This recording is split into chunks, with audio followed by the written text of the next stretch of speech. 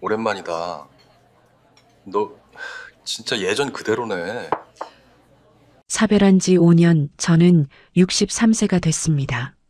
사람을 피한 건 성격 때문이 아니었어요. 밖에 나가면 괜찮은 척을 해야 하고 집에 오면 더 무너질까봐 조용히 버티는 쪽을 택했습니다. 그런데 조용히 버틴다는 게 어느 순간부터는 숨이 막히는 것처럼 되더군요. 그때 친구가 연락했습니다. 동창회 하는데 너도 나올래? 결혼하고 살 땐 남편이 싫어해서 한 번도 못 나가던 자리였는데 그날은 이상하게 한 번만 나가보고 싶었습니다. 식당에 들어가니 다들 이미 친했고 저는 어색하게 앉아 있었어요. 그때 제 옆에 와서 자연스럽게 자리를 만들어준 사람이 있었습니다. 첫사랑 정훈이었죠. 그 뒤로 한 달에 한 번이던 동창회가 제가 숨 쉬는 날이 됐고 결국 재혼까지 갔습니다. 솔직히 말하면 그땐 제가 다시 살아나는 줄 알았어요. 그런데 같이 산지 6개월쯤 됐을 때였습니다. 저는 거실에서 말을 꺼내려다 입을 닫았습니다. 그 사람이 변한 걸 확신할 만한 장면이 있었거든요. 하지만 더 무서운 건 그 장면을 본 뒤에도 제가 바로 떠나지 못했다는 겁니다. 여러분이라면 그때 그 자리에서 바로 따져보셨을까요? 아니면 확실해질 때까지 조용히 지켜보셨을까요? 오늘 제 이야기를 끝까지 들어주시면 그날 새벽 제가 왜 결국 캐리어를 들고 나갈 수밖에 없었는지 알게 되실 거예요. 그리고 어느 지역에서 시청하고 계신지 댓글 한 번씩만 남겨주세요. 여러분의 이야기도 듣고 싶습니다. 그럼 지금부터 제 이야기를 있는 그대로 들려드릴게요. 저는 김선영, 63입니다. 남편이 세상을 떠난 게 5년 전이었어요. 그 뒤로 저는 사람을 피하며 살았죠. 성격이 원래 그래서가 아니라 밖에 나가면 괜찮은 척을 해야 했고 집에 오면 더 무너질 것 같아서 조용히 버티는 쪽을 택한 겁니다. 아침엔 뉴스를 틀어놓고 점심은 대충 때우고 오후엔 거실 소파에 누워 낮잠을 자다가 깨곤 했어요. 해가 지면 저녁을 먹고 또 텔레비전을 봤죠. 그렇게 하루가 지나가더라고요. 처음 1년쯤은 괜찮았습니다. 혼자여도 불편하지 않았고 오히려 조용해서 좋았어요. 아무한테도 신경 쓰지 않아도 됐고 눈치도 안 봐도 됐죠. 그런데 2년, 3년이 지나니까 조용한 게 아니라 막힌 거였습니다. 숨이 턱까지 차오르는데 어디에도 구멍이 없는 느낌이었어요. 창문을 열어도 공기가 안 들어오는 것 같았죠. 밤이면 침대에 누워서 천장만 보다가 아침이 됐고 아침이 되면 다시 하루를 시작했지만 딱히 할 일이 없었습니다. 그 무렵 고등학교 동창 친구한테서 연락이 왔어요. 오랜만에 단톡방에 알림이 떴죠. 동창회를 한다는 거였습니다. 저는 핸드폰을 들었다 놨다 반복했어요. 결혼하고 살 땐 남편이 싫어해서 한 번도 못 나가던 자리였거든요. 남편은 동창회 같은 거 나가면 쓸데없는 얘기만 한다고 했고 저는 그 말에 맞춰서 안 나갔습니다. 그런데 그날따라 나가보고 싶었어요. 딱 한 번만이라도요. 옷장을 열고 외투를 꺼냈습니다. 먼지가 좀 앉아 있었죠. 털어내고 거울을 봤어요. 머리도 좀 정리하고 립스틱도 발랐습니다. 화장은 오래 안 해서 손이 떨렸지만 그래도 했어요. 현관문을 열고 나설 때 발걸음이 무거웠습니다. 나가야 하나 말아야 하나 망설였지만 결국 버스 정류장까지는 걸어갔죠. 버스를 타고 창밖을 보면서도 내릴까 말까 고민했어요. 그래도 내렸습니다. 동창회 장소는 역 근처 식당이었어요. 간판이 환하게 켜져 있었죠. 문 앞에서 한참을 서 있다가 들어갔습니다. 이미 다들 와 있었어요. 친한 사람끼리 모여서 웃고 있었고 누군가는 술을 따르고 있었죠. 저는 구석자리에 앉아서 물컵만 만졌습니다. 말을 붙이기가 어색했거든요. 누군가 너 선영이지? 하고 물었어요. 저는 고개만 끄덕였죠. 그 사람은 금방 다른 사람한테 가서 또 웃었습니다. 저는 그냥 앉아 있었어요. 물을 마시고 메뉴판을 보고 또 물을 마셨죠. 한 10분쯤 지났을까요? 누군가 제 옆에 와서 자리를 만들어주며 말을 건넸어요. 오랜만이라고, 정말 그대로라고 하더라고요. 고개를 들어보니 정훈이었습니다. 고등학교 때 좋아했던 사람이었죠. 얼굴은 나이가 들었지만 말투나 눈빛은 그대로였어요. 머리는 반백이 됐고 주름도 있었지만 웃는 모습은 그때 그대로였습니다. 정우는 제 옆에 앉아서 자연스럽게 이야기를 이어갔어요. 요즘 뭐하고 사는지, 자식들은 어떤지 물었죠. 저는 대답이 짧았지만 정우는 끼어들지 않고 들어줬습니다. 밥을 먹는 동안 정훈이 제 앞에 반찬을 좀 더 놓아줬어요. 이거 맛있다고 먹어보라고 하더라고요. 저는 고맙다고 했죠. 식사가 끝나고 사람들이 하나둘 일어났습니다. 사진도 찍고 악수도 하고 다음에 또 보자고 말했어요. 저는 구석에서 조용히 가방을 챙겼죠. 밖으로 나왔을 때 정훈이 따라 나왔습니다. 같은 방향이냐고 물었어요. 저는 아니라고 했죠. 그래도 정훈은 버스 정류장까지 같이 걸었습니다. 그날 밤 집에 돌아오는 길이 이상하게 길게 느껴졌어요. 버스에서 내려 골목길을 걸으며 정훈의 말이 계속 맴돌았습니다. 그대로라는 말, 그게 왜 그렇게 오래 남았는지 모르겠더라고요. 집 현관문을 열고 들어갔습니다. 불을 켜고 신발을 벗고 거실에 앉았죠. 핸드폰을 보니 동창의 단톡방에 사진이 몇 장 올라와 있었어요. 제 모습도 구석에 작게 찍혀 있었습니다. 알림을 끄려다가 그냥 뒀어요. 그날 밤 잠이 잘 안 왔습니다. 천장을 보다가 눈을 감았다가 다시 떴죠. 정훈의 목소리가 자꾸 맴돌았습니다. 며칠 뒤였어요. 정훈한테서 개인 톡이 왔습니다. 다음엔 둘이서 커피라도 마시자고, 그날 제가 힘들어 보였다고 하더라고요. 저는 답장을 바로 하지 못했습니다. 핸드폰을 들었다 놨다 반복했죠. 뭐라고 해야 할지 몰랐어요. 그냥 좋아요라고만 보냈습니다. 그게 시작이었어요.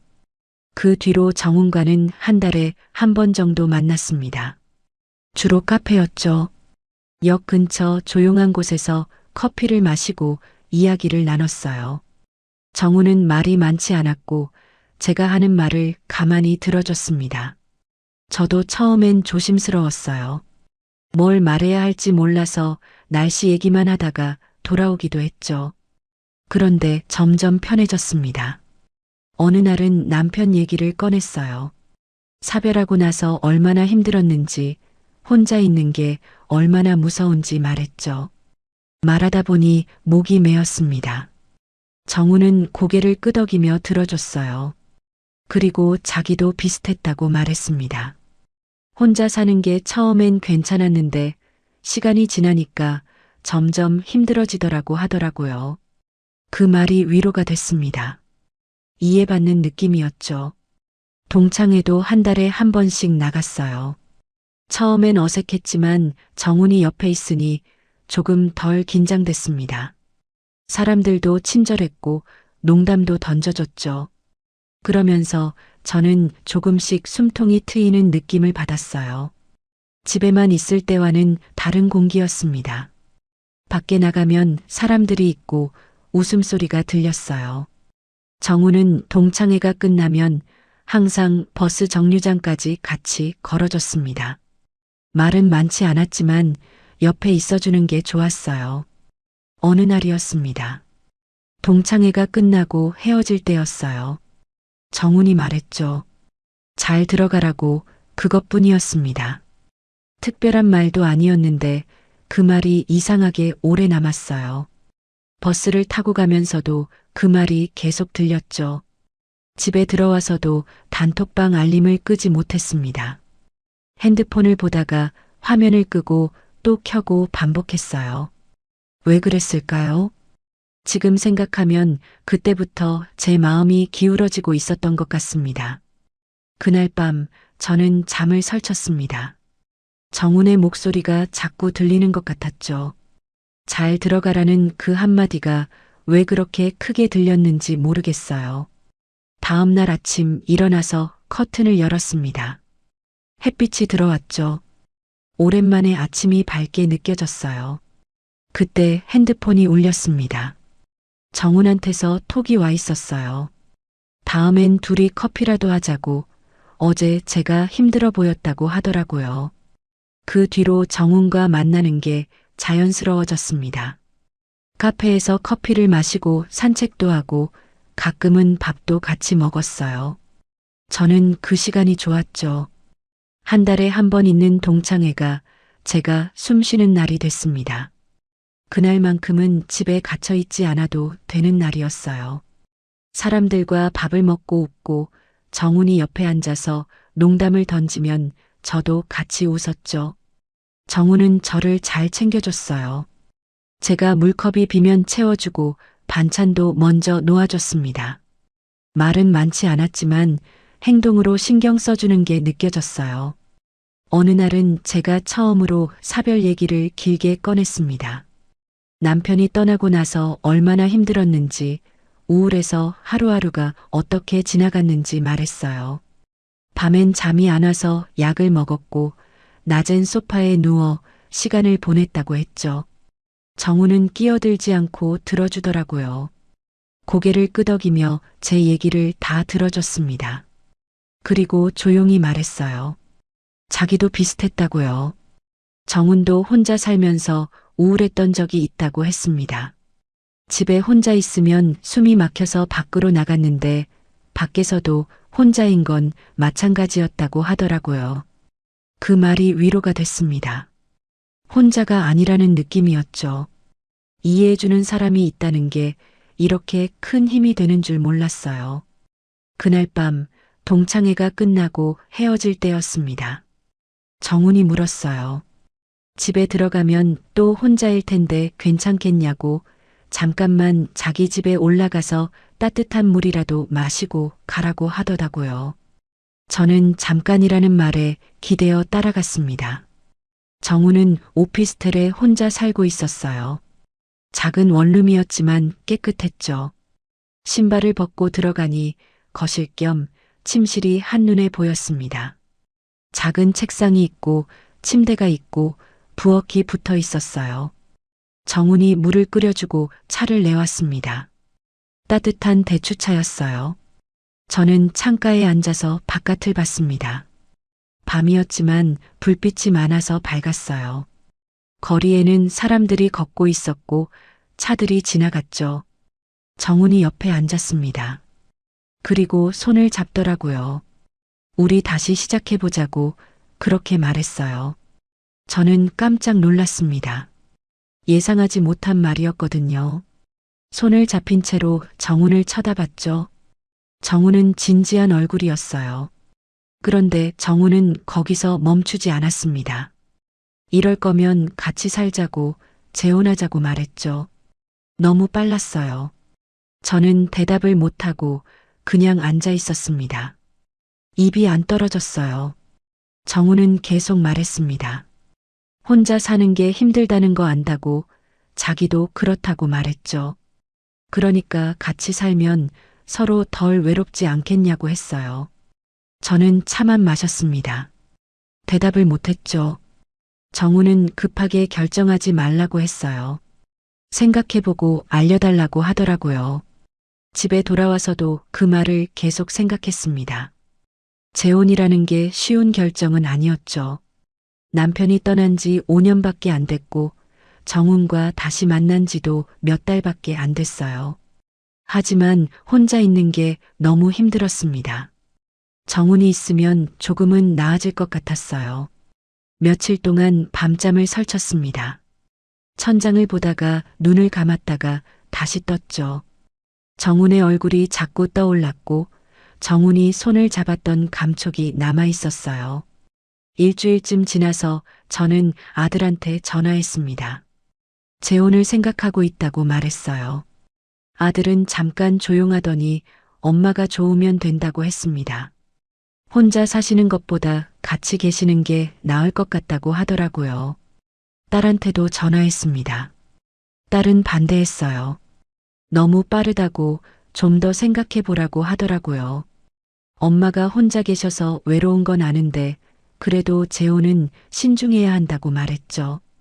저는 딸의 말도 맞다고 생각했습니다. 빠른 건 사실이었으니까요. 그런데 더 기다리면 뭐가 달라질까 그런 생각도 들었어요. 결국 저는 재혼을 결심했습니다. 정훈한테 전화했어요. 같이 살겠다고 재혼하겠다고 말했죠. 정훈은 기뻐했습니다. 목소리가 밝아졌어요. 서류를 준비하기 시작했습니다. 혼인신고서를 떼고 필요한 서류를 챙겼어요. 준비하면서도 제 손이 자꾸 멈췄습니다. 너무 급한 건 아닌가, 이게 맞는 건가 하는 생각이 들었죠. 하지만 서류 봉투를 가방에 넣었어요. 혼인 절차를 마친 날, 저는 정훈 오피스텔로 공식 입주했습니다. 짐은 많지 않았어요. 캐리어 하나, 서류 봉투, 옷 몇 벌이 전부였죠. 큰 짐은 제 집에 그대로 두고 왔습니다. 좁았지만 괜찮다고 스스로를 달랬어요.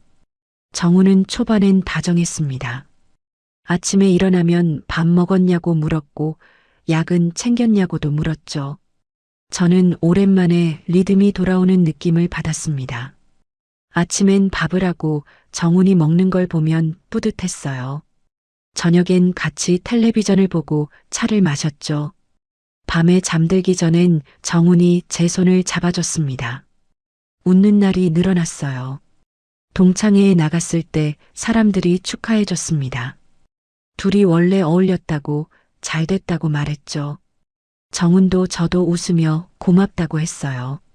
저는 그 말이 든든했습니다. 딸의 반대가 잠깐 작아지는 느낌이었어요. 그날 밤 동창들이 장난치며 정훈한테 말했습니다. 선영이 잘 챙기라고 혼자 오래 사셨는데 이제 의지할 사람이 생긴 거니까 잘해드리라고 하더라고요. 정훈이 웃으며 대답했습니다. 걱정하지 말라고 이제 저는 자기가 챙길 거라고 했어요. 저는 웃었습니다. 그런데 웃다가도 목이 잠깐 막혔어요. 왜 그랬을까요? 지금 생각하면 그 말투가 조금 이상했던 것 같습니다. 챙긴다는 게 보호가 아니라 소유처럼 들렸죠. 하지만 그땐 넘어갔어요. 좋은 의미로 받아들이려고 했습니다. 집에 돌아와서 정훈은 술을 한 잔 더 마시고 잤습니다. 저는 설거지를 하고 거실을 정리했어요. 작은 공간이었지만 제가 있을 자리가 생긴 것 같았죠. 그날 밤 잠들기 전에 창밖을 봤습니다. 불빛이 여전히 많았어요. 거리에는 사람들이 걷고 차들이 지나갔죠. 그런데 왜일까요? 갑자기 숨이 막히는 느낌이 들었습니다. 재혼하고 한 달이 지났을 때였어요. 저는 행복해서 더 믿으려고 했죠. 그런데 그 믿음이 나중에 제일 아픈 부분이 될 줄은 몰랐습니다. 재혼 생활이 시작되고 한 달쯤 됐을 때였어요. 저는 정훈의 오피스텔에서 살고 있었습니다. 작은 공간이었지만 불편하지 않았어요. 캐리어 하나로 온 짐이 전부였고 옷장 한 칸이면 충분했죠. 제 집은 그대로 두고 왔습니다. 나중에 정리하면 된다고 생각했어요. 아침에 일어나면 제일 먼저 커튼을 열었습니다. 햇빛이 들어오면 기분이 좋았어요. 물을 끓이고 밥을 차렸죠. 정훈은 늦게 일어났지만 아침은 꼭 먹었습니다. 밥상을 차려놓으면 정훈이 나와서 앉았어요. 고마워하고 말했죠. 저는 그 말이 좋았습니다. 누군가를 챙기는 게 오랜만이었거든요. 혼자 살 땐 밥도 대충 먹고 설거지도 미뤘는데 이젠 챙길 사람이 있으니 달랐어요. 정훈은 밥을 먹으면서 오늘 뭐 할 거냐고 물었습니다. 저는 청소하고 빨래하고 그러겠다고 했죠. 정훈이 웃으며 집에만 있지 말고 바람도 쐬고 그래 했어요. 그 말이 다정하게 들렸습니다. 설거지를 하고 거실을 정리하고 점심때가 되면 간단하게 먹었어요. 냉장고에 있는 반찬으로 비빔밥을 만들어 먹거나 라면을 끓여 먹었죠. 정우는 낮에 자주 나갔습니다. 어디 갔다 오는지 구체적으로 말하지 않았지만 저도 묻지 않았어요. 결혼 생활이 원래 그런 거라고 생각했죠. 서로 자기 시간이 있는 거라고요. 저는 정훈이 없는 낮 시간에 빨래를 하거나 청소를 했습니다. 작은 공간이라 금방 끝났어요. 그러고 나면 소파에 앉아서 텔레비전을 봤죠. 오후 4시쯤 되면 창밖을 보곤 했습니다. 해가 기울고 거리에 사람들이 늘어나는 시간이었어요. 정훈은 보통 5시나 6시쯤 들어왔죠. 어느 날은 정훈이 일찍 들어왔습니다. 오후 3시쯤이었어요. 저는 빨래를 널고 있었죠. 일찍 오셨네요. 정훈이 소파에 앉으며 말했습니다. 집에 오고 싶어서. 그 말이 참 좋았어요. 저는 차를 끓여서 가져다 줬죠. 정훈이 차를 마시며 물었습니다. 심심하지 않아? 아니요, 괜찮아요. 너무 집에만 있는 거 아냐? 저는 웃으며 대답했어요. 밖에 나가도 딱히 갈 데가 없어요. 집이 편해요. 정훈이 고개를 끄덕였습니다. 그래, 집이 제일 편하지. 저녁엔 같이 밥을 먹고 텔레비전을 봤어요. 뉴스를 보거나 드라마를 봤죠. 정우는 말이 많지 않았지만 옆에 앉아 있는 것만으로도 괜찮았습니다. 혼자 있을 때와는 달랐어요. 소리가 있었고 누군가의 숨소리가 들렸죠. 밤에 잠들기 전엔 정훈이 제 손을 잡아줬습니다. 웃는 날이 늘어났어요. 어느 날은 정훈이 저녁을 사왔습니다. 치킨을 들고 들어오면서 오늘은 이거 먹자고 하더라고요. 저는 오랜만에 치킨을 먹었어요. 바삭한 게 맛있었죠. 정훈이 맥주를 따라줬습니다. 저는 술을 잘 못하지만 한 잔은 마셨어요. 재혼 생활 어때? 정훈이 물었습니다. 저는 웃으며 대답했어요. 좋아요. 혼자 있을 때보다 훨씬 좋죠. 정훈도 웃으며 고개를 끄덕였습니다. 나도 그래. 혼자 있을 땐 집에 들어오기 싫었는데 이젠 들어오고 싶어. 그 말이 제 마음에 와닿았어요. 저도 똑같았거든요. 치킨을 먹고 맥주를 마시면서 정훈이 말했습니다. 다음 주에 동창회 있는데 같이 가자. 네, 좋아요. 사람들이 많이 축하해 줄 거야. 저는 기대가 됐어요. 동창들이 어떤 반응을 보일지 궁금했죠. 동창회 날이 왔습니다. 저는 옷을 골라 입고 화장도 했어요. 정훈이 예쁘다고 말했죠. 식당에 도착하니 이미 사람들이 와 있었습니다. 정훈과 제가 들어가자 박수가 터졌어요. 축하해. 정말 잘 됐다. 사람들이 반겨줬습니다. 저는 얼굴이 빨개졌죠. 자리에 앉아서 밥을 먹으면서 이런저런 얘기를 나눴어요. 재혼은 언제 했는지, 어떻게 결정했는지, 지금은 어떤지 물었죠. 저는 솔직하게 대답했습니다. 좋아요. 혼자 있을 때보다 훨씬 나아요. 어느 날 동창회 자리에서 친구 하나가 물었습니다. 선영아, 정말 행복해 보여. 오랜만에 보는 표정이야. 저는 웃으며 대답했어요. 그런가요? 저도 오랜만에 이렇게 마음이 편해요. 정훈이 옆에서 제 어깨를 가볍게 두드렸습니다. 친구들이 웃으며 잘 됐다고 했어요. 둘이 원래 어울렸어. 고등학교 때부터 보기 좋았다니까. 저는 그 말이 든든했습니다. 딸이 반대했던 게 잠깐 작아지는 느낌이었어요. 제 선택이 틀리지 않았다는 생각이 들었죠. 밥을 먹으면서 사람들이 이런저런 얘기를 했습니다. 누가 손주를 봤다는 얘기, 누가 여행을 다녀왔다는 얘기, 동네 소식 같은 것들이었어요. 저는 듣고 있다가 가끔 웃었습니다. 정훈도 옆에서 농담을 던졌어요. 사람들이 웃었죠. 그날 밤 동창들이 장난치며 정훈한테 말했습니다. 정훈아, 선영이 잘 챙겨. 혼자 오래 사셨는데 이제 의지할 사람이 생긴 거니까 잘해드려. 정훈이 웃으며 대답했어요. 걱정 마. 이제 얘는 내가 챙길 거야. 저는 웃었습니다.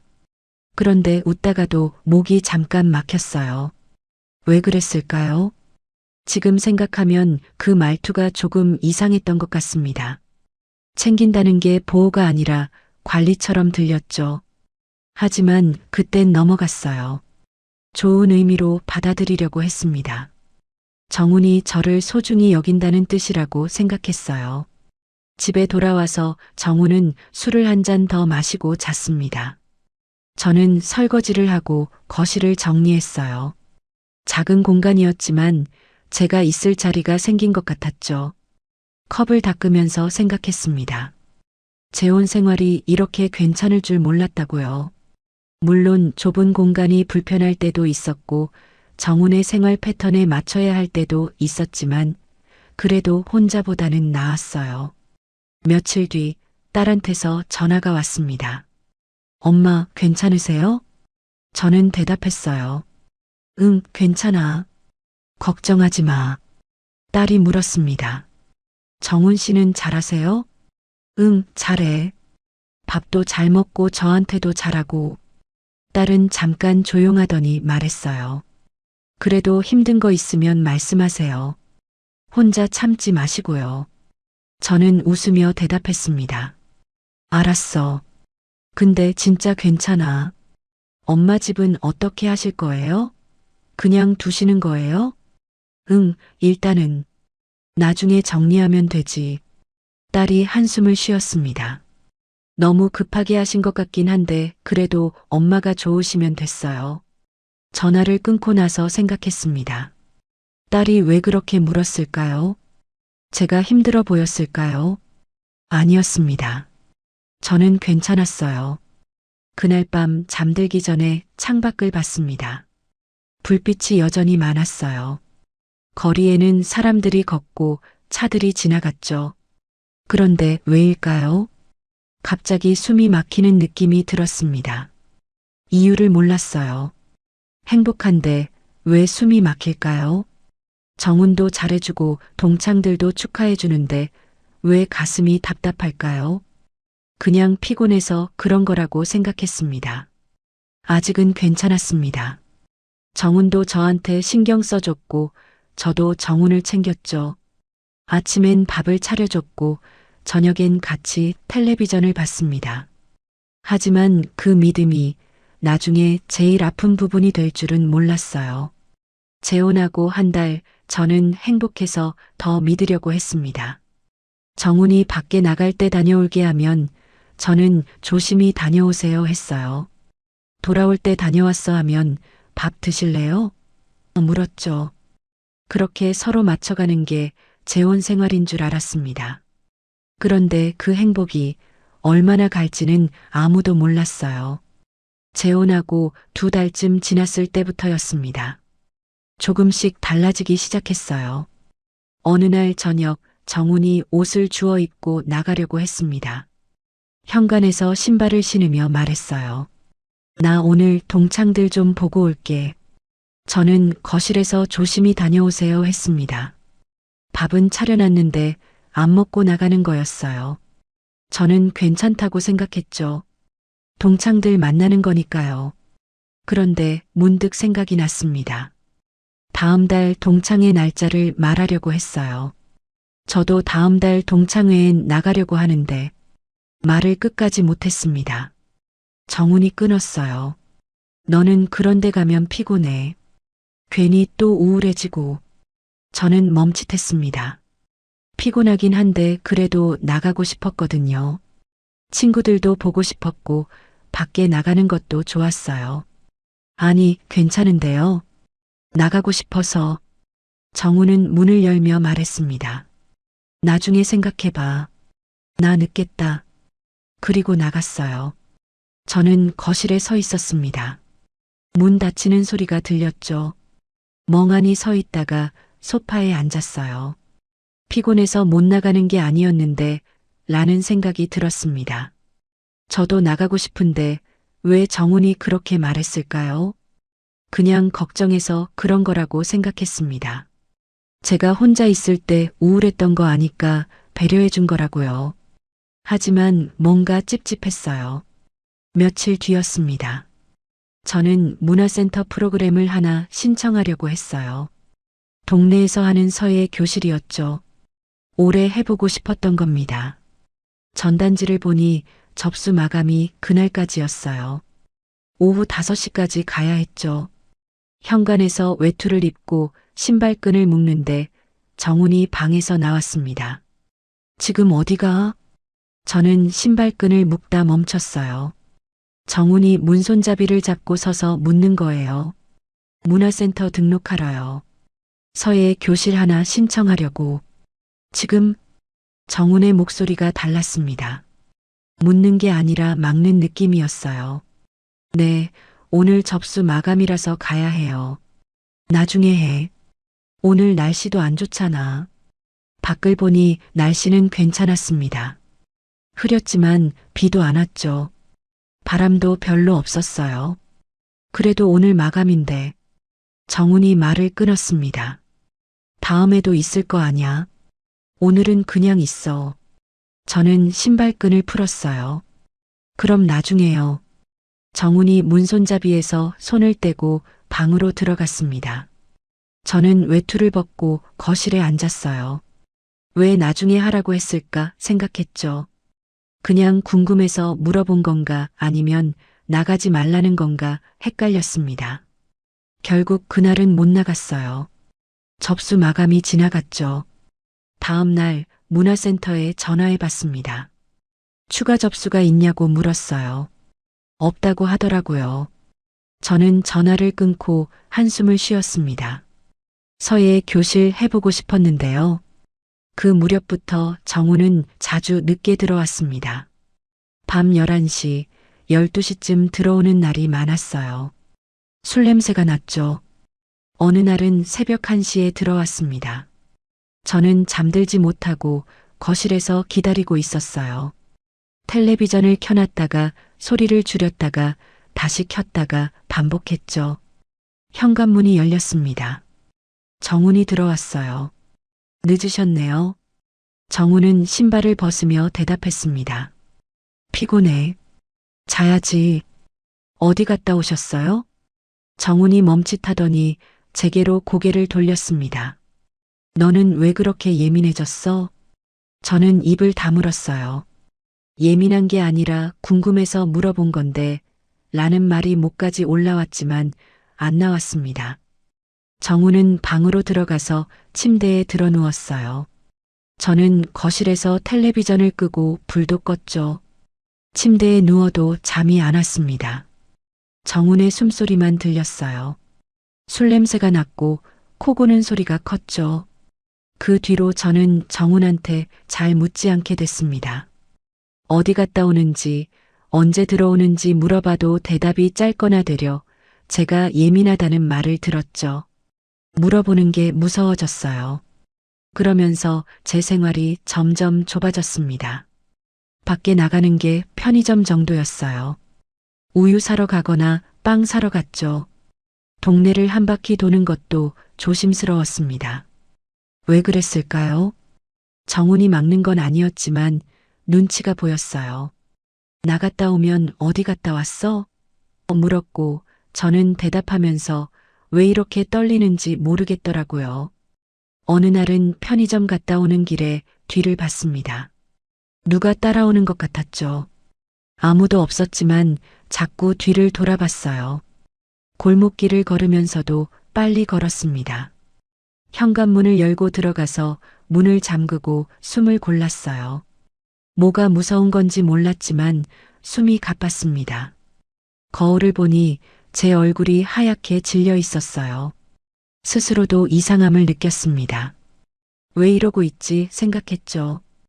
그런데 멈출 수가 없었어요. 정우는 여전히 자주 나갔습니다.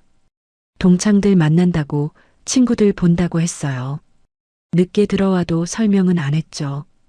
저는 점점 집 안에만 있게 됐습니다. 창밖만 보다가 하루가 갔어요. 어느 날 저녁 정훈이 또 나가려고 했습니다. 현관에서 신발을 신으며 말했어요. 나 숨 좀 쉬고 와야 해. 집에만 있으면 미치잖아. 저는 거실에서 그 말을 들었습니다. 그리고 조용히 물었어요. 그럼 나는요? 정우는 대답 대신 문을 닫았습니다. 쾅 하는 소리가 들렸어요. 저는 소파에 앉아 있었습니다. 정훈이 나간 뒤에 고요함이 무거웠죠. 그날 밤 저는 오래 생각했습니다. 정훈은 집에만 있으면 미친다고 했어요. 그래서 나가는 거라고 했죠. 숨 쉬러 간다고 했습니다. 그런데 저는 왜 못 나가게 했을까요? 저도 숨 쉬고 싶은데, 저도 동창회 나가고 싶은데, 저도 문화센터 가고 싶었는데요.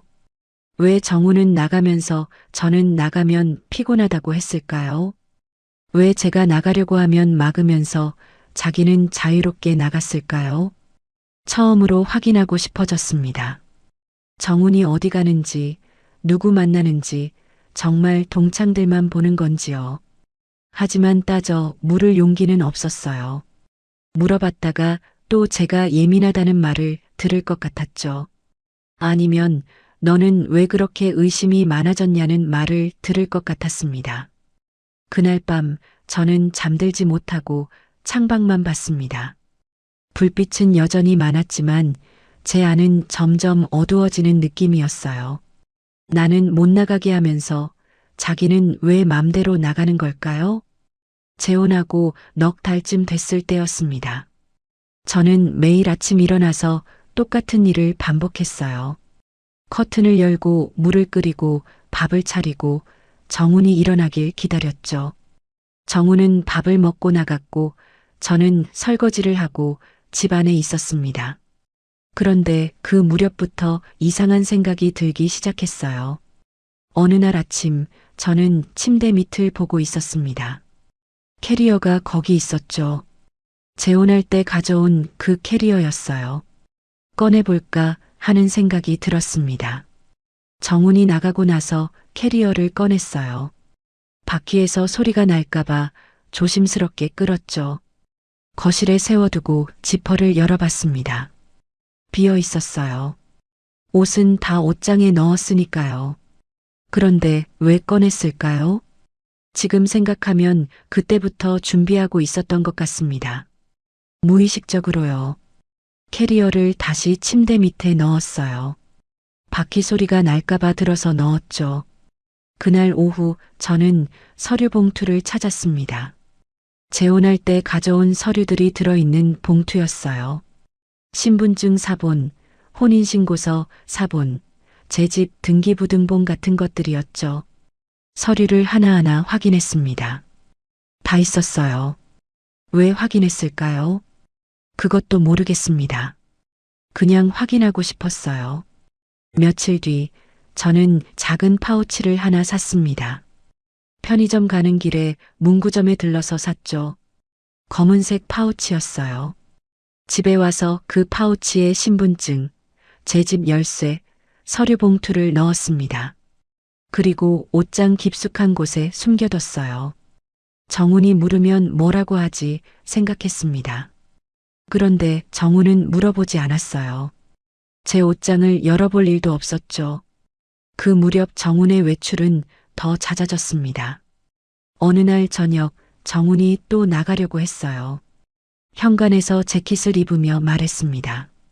나 숨 좀 쉬고 와야 해. 집에만 있으면 미치잖아.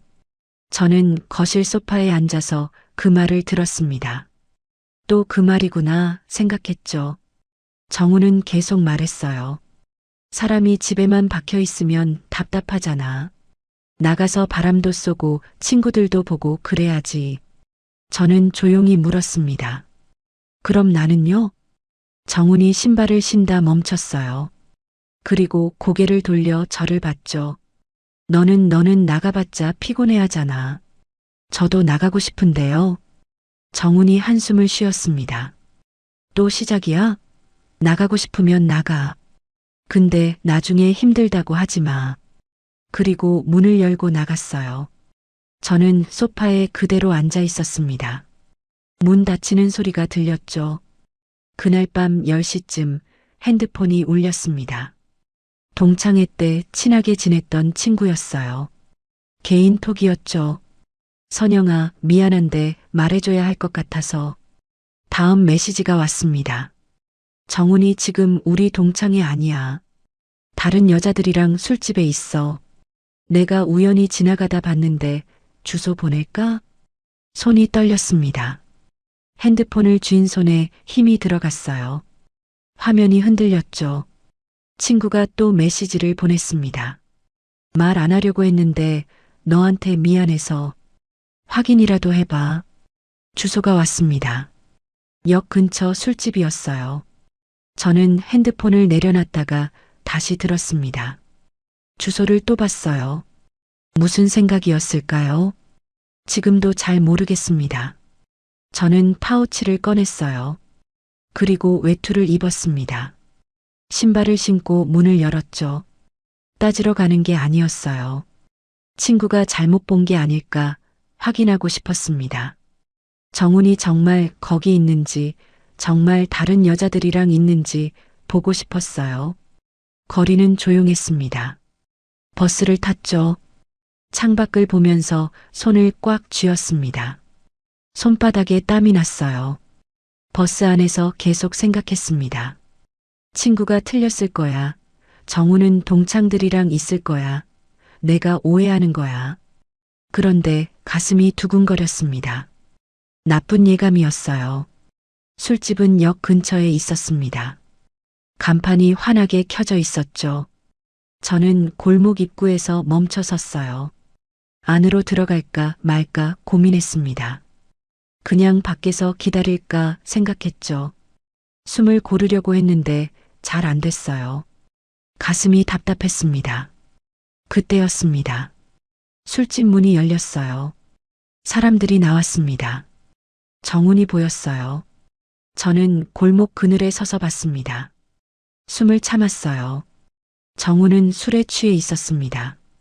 비틀거렸죠. 옆에 여자 2명이 있었어요. 젊은 여자들이었습니다. 동창이 아니었어요. 한 명이 정훈 팔을 잡아 끌었습니다. 정훈은 피하지 않았어요. 웃으면서 따라갔죠. 저는 그 장면을 보고 있었습니다. 다리가 떨렸어요. 서 있는 것도 힘들었죠. 그런데 움직일 수가 없었습니다. 그들은 골목 안쪽으로 걸어갔습니다. 모텔 쪽 방향이었어요. 여자가 정훈한테 뭐라고 말했습니다. 못 들었지만 웃으면서 말하는 게 보였어요. 정훈도 웃었습니다. 저는 그 웃음을 봤어요. 제 옆에서는 한 번도 본 적 없는 표정이었습니다. 가슴이 무너지는 느낌이었어요. 숨이 안 쉬어졌습니다. 손이 차가워졌습니다. 다리가 후들거렸죠. 저는 따라가지 않았습니다. 그냥 서 있었어요. 얼마나 서 있었는지 모르겠습니다. 한참 뒤에 돌아섰습니다. 버스 정류장으로 걸었어요. 다리가 제대로 안 움직였지만 걸었죠. 버스를 탔습니다. 앉아서 창밖을 봤어요. 눈물은 안 났습니다. 그냥 멍했어요. 집에 도착했습니다. 엘리베이터를 탔어요. 층수 버튼을 누르는 손이 떨렸습니다. 문을 열고 들어가서 불을 켰어요. 외투를 벗고 신발을 벗었죠. 거실에 앉았습니다. 시계를 봤습니다. 밤 11시 반이었어요. 정훈은 새벽 2시쯤 들어왔습니다. 저는 침대에 누워 있었지만 자지 않았어요. 정훈이 들어오는 소리가 들렸죠. 신발 벗는 소리, 화장실 가는 소리, 물 내리는 소리가 다 들렸습니다. 정훈이 침대에 누웠어요. 술 냄새가 났죠. 여자 향수 냄새도 났습니다. 저는 눈을 뜨고 천장을 봤습니다. 어둠 속에서 천장만 보였어요. 다음 날 아침 정훈이 늦게 일어났습니다. 저는 밥을 차려놨지만 식탁에 앉지 않았어요. 정훈이 거실로 나와서 물었습니다. 밥 안 먹어? 저는 주방에 서서 대답했어요. 저는 먹었어요. 거짓말이었습니다. 안 먹었죠. 정훈이 혼자 밥을 먹고 설거지를 싱크대에 놔뒀어요. 저는 정훈이 나간 뒤에 설거지를 했습니다. 며칠이 지났습니다. 저는 정훈한테 묻지 않았어요. 그날 밤 어디 갔었는지, 누구랑 있었는지 물어보지 않았죠. 물어봤자 소용없다는 걸 알았습니다. 정훈은 부인할 게 뻔했어요. 아니면 제가 의심병이 있다고 할 거였죠. 그 대신 저는 결심했습니다. 말로 해결할 사람이 아니라고요. 어느 날 저녁 정훈이 집에 있을 때였습니다. 저는 조용히 물었어요. 나랑 사는 게 싫으세요? 정훈이 텔레비전을 보다 고개를 돌렸습니다. 갑자기 무슨 소리야? 그냥 제가 집에만 있는 게 답답하시나 해서요. 정훈이 한숨을 쉬었어요. 집에만 있는 거 싫어. 원래 나 그래. 밖에 나가야 숨이 쉬어져. 그럼 나는 왜 못 나가게 하셨어요? 정훈이 표정이 굳었습니다. 뭐, 저도 나가고 싶은데 자꾸 피곤하다고 나가지 말라고 하셨잖아요.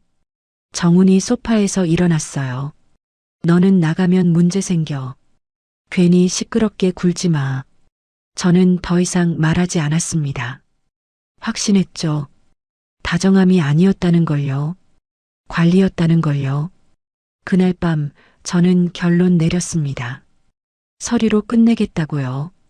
재혼하고 6달이 됐을 때였습니다. 저는 더 이상 기다리지 않기로 했어요. 어느 날 새벽 정훈이 깊게 잠들었을 때였습니다. 시계를 보니 새벽 4시였어요. 저는 조심스럽게 침대에서 일어났습니다. 정훈의 숨소리를 확인했죠.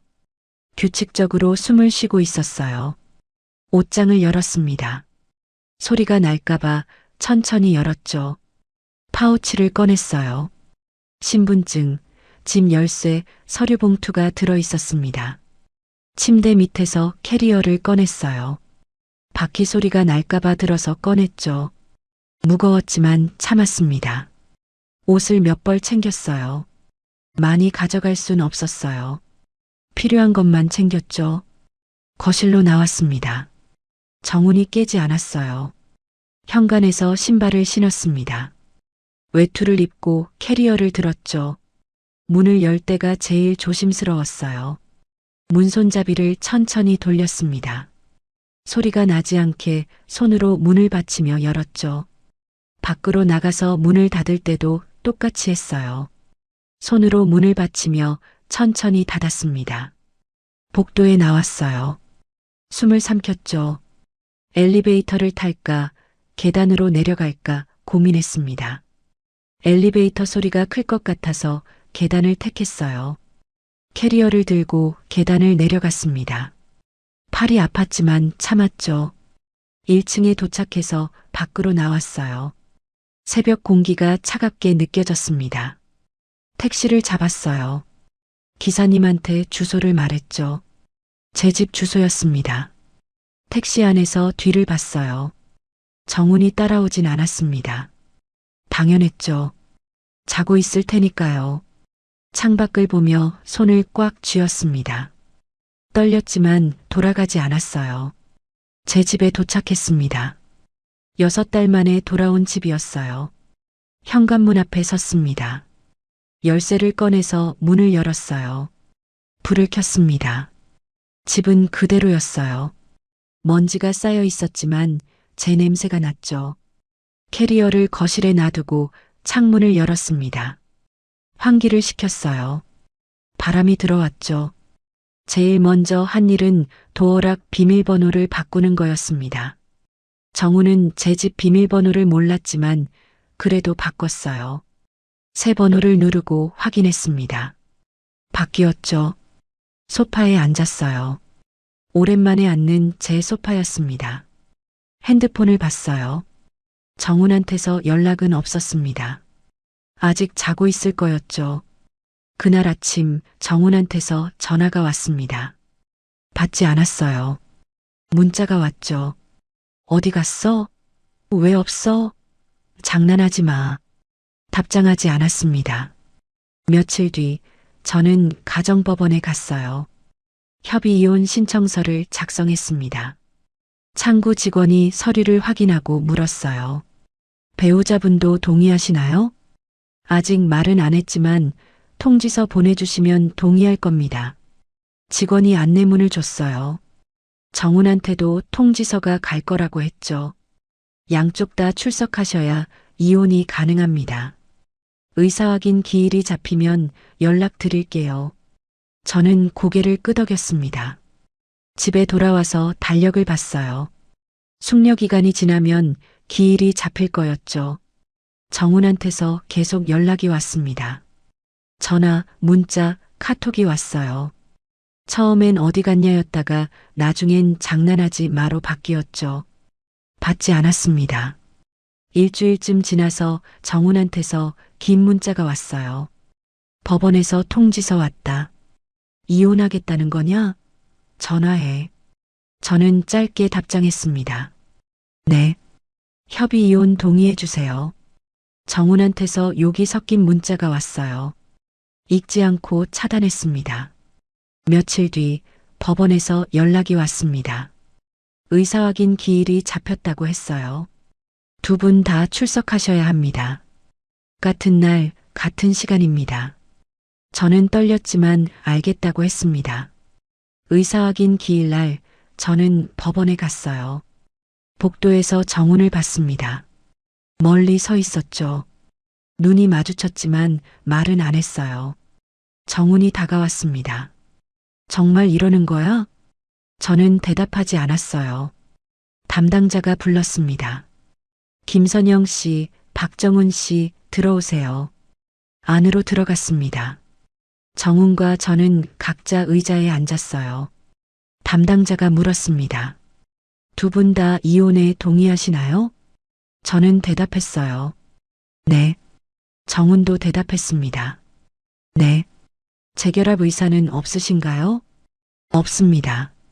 정훈도 말했어요. 없습니다. 서류에 각자 서명했습니다. 확인 도장을 받았죠. 나올 때 정훈이 말했어요. 후회할 거야. 저는 대답하지 않았습니다. 그냥 걸어 나왔죠. 돌아올 때 버스를 탔어요. 창밖을 보며 생각했습니다. 이제 끝이구나 하고요. 이혼이 확정되고 일주일쯤 지났을 때였습니다. 동창회 단톡방에 알림이 떴어요. 다음 달 일정을 묻는 메시지였죠. 저는 핸드폰을 들고 한참 생각했습니다. 그리고 단톡방을 나갔어요. 나가기 전에 친한 친구 한 명한테 개인톡을 보냈습니다.